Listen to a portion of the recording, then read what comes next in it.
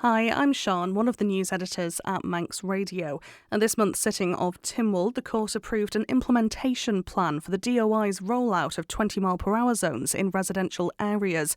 It wasn't without some criticism, though. Some members had concerns over the lack of public consultation on the proposals. And there were some amendments to the Minister's motion.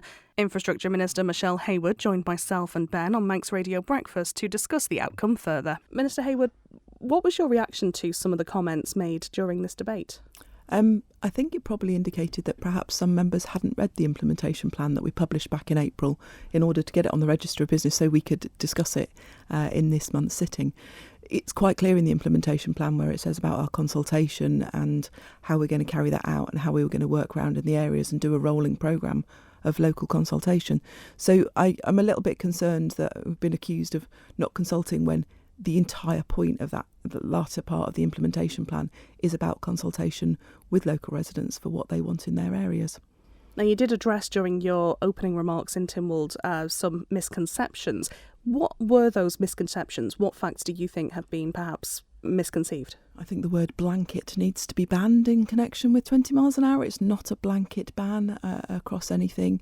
It was an all-island scheme, so we are looking at all residential areas. And I think that's only fair because it's not reasonable to say, well, the residents of Douglas Central deserve to have 20-mile-an-hour traffic past their front doors, whereas the residents in perhaps Garth or Ramsey don't deserve the same consideration for the environment they live in. So it's definitely not a blanket ban. It's not being imposed by the department. We are going out for consultation now. We've produced some excellent maps that show for every local authority area what the current situation is and then what the changes that we're proposing will be. You mentioned they're going out for consultation. That was one of the criticisms that came up during the debate. With hindsight, do you think more could have been done earlier? I think the department followed statutory process. So they published the traffic regulation, the draft traffic regulation order, as they would normally do. They put it through the normal process, which is actually set out in law, and they did absolutely everything right. However, there was a significant amount of feedback. I think because that was published and we didn't put any comms around it and put any structure around it, that allowed the rumour mongers to get going and the falsehoods to start spreading around. And some of those have been propagated by some of my fellow colleagues in Tynwald. And I'm really disappointed with them for not having taken time to come and talk to me and to engage on this. So does that statutory process work then? I don't think it does in this instance. It does for all the other traffic orders that we issue on a regular, and there are dozens of them signed off every week. And some of them are very small. They're about, roadworks happening in a place and parking being prohibited and all of those things. So it wouldn't be appropriate and it's not law for those to come in front of Tynwald.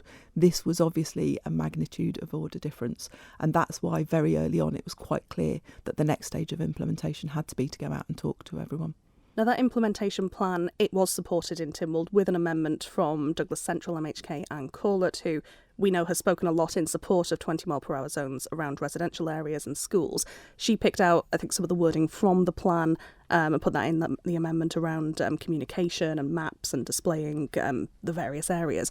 What was your reaction to that amendment? Absolutely supportive, and I helped Mrs. Corlett with the wording and the structure of that. So essentially, you're right, she's picked out what was in the implementation plan. And as I said, the implementation plan was put on the Register of Business back in April, so it's been there and it's been a public document for people to read. We went for a very simple motion just to say, well, here's the implementation plan and this is what we said we'd come back with. And I'm absolutely fine with Mrs. Corlett putting those things on the face of the motion and making them so that there's an explicit Tynwald endorsement for what we've said we're going to do. One of the criticisms that Rob Callister mentioned in his speech in Tynwald was around Mrs. Corlett's previous motions. He said that the original intent of that resolution had been misrepresented by the department. What are your thoughts on those comments? I think Mr. Callister is trying to claim that this was only ever about Douglas Central, and if you read the motion, it is quite clearly not. It says residential areas. It doesn't specify it as being one particular part of the island, and I think that would be grossly unfair to the people who in Castletown and in Garth who have been asking for speed restrictions in their areas for years to try and pin it back. It's quite clear from the motion that was written that it's not pegged back to Douglas. And so that might be what his hope or intention was, but it's absolutely not what Tynwald intended. There were some comments as well around traffic calming and pedestrian crossings, and perhaps in some areas they might be more effective than 20 mile per hour zones. Is that something that your department would look at going forward? Yeah, and I think it's quite clear in our implementation plan that after signs have gone up, and signs, and I apologise to Mrs. Corlett yesterday, I said, signs are the lowest common denominator thing that we could have done to satisfy that resolution of Tynwald. And actually, we know it's probably not going to be enough in some areas. So as in the implementation plan, after we put signs in, we'll monitor areas and check. And the next step up will be changing the road layouts. And that might be introducing crossings. It might be introducing build-outs or speed humps or speed tables or whatever is appropriate for that location. If we're still having problems with high speeds there, the next step will be to engineer the road so that those speeds are reduced. So just going forward from here, then, there is the consultation. Where does it go from there? If someone has some concerns, is that's still an opportunity to get in touch? Yeah, absolutely. So we're consulting by each local authority area, and we'll produce the maps there. They'll be on display locally. They'll also be on display in the C terminal as well. And there's a message to contact on an email to contact on there, so that we gather for each area. We're gathering in that feedback, and then we'll sit down and we'll look at it. And there's no point. Some feedback, we have to be honest, will be ignored, because if somebody says, I don't want it past this school, that will be ignored. As Mr. Clewett pointed out yesterday, there are things that we decide are nationally important, and schools and care homes and medical facilities and recreational facilities come on that.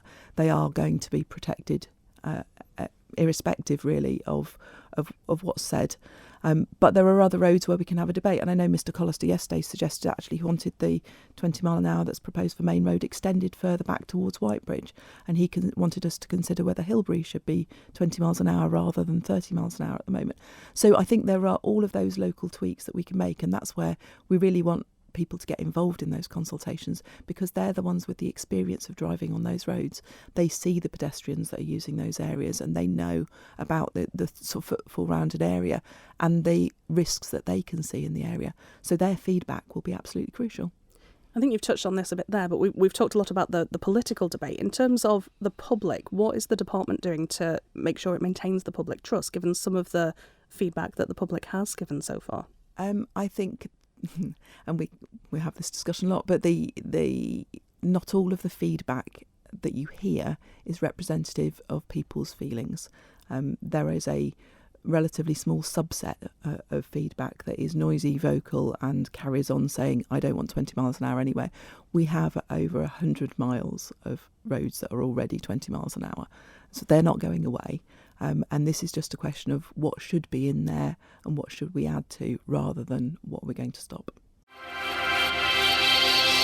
Thank you for making it to the end of the Manx Radio newscast. You are obviously someone with exquisite taste. May I politely suggest you might want to subscribe to this and a wide range of Manx Radio podcasts at your favourite podcast provider, so our best bits will magically appear on your smartphone. Thank you.